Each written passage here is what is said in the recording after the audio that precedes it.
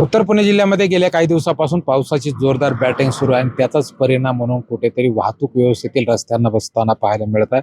मी सध्या उभा आहे तो खरं तर शिरूर भीमाशंकर हा रस्ता आहे.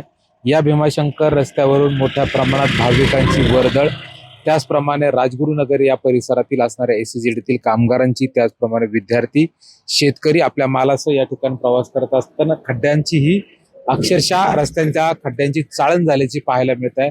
विद्यार्थ्यांना सुद्धा अक्षरशः जीव मुठीत घ्यायला लागत अशी परिस्थिती आहे.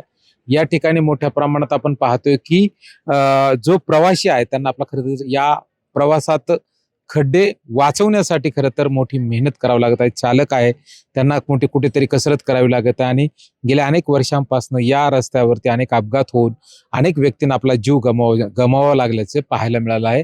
अशा परिस्थितीमध्ये या रस्त्यासाठी अनेक वेळा स्थानिक प्रशासनाच्या वतीने मागणी करण्यात आली आहे, परंतु या प्रशासनाच्या याकडे कधी लक्ष देते हे पाहणं गरजेचं आहे. आणि अशाच पद्धतीने जर रस्त्यांची दुरावस्था राहिली तर श्रावण महिना हा खरं तर काही दिवसावर येऊन ठेपलेला आहे आणि 12 ज्योतिर्लिंगापैकी एक असणाऱ्या भीमाशंकर या ठिकाणी महाकुंभ मेळ्यासाठी याच रस्त्यातून अनेक भाविकांना प्रवास करणार लागणार आहे.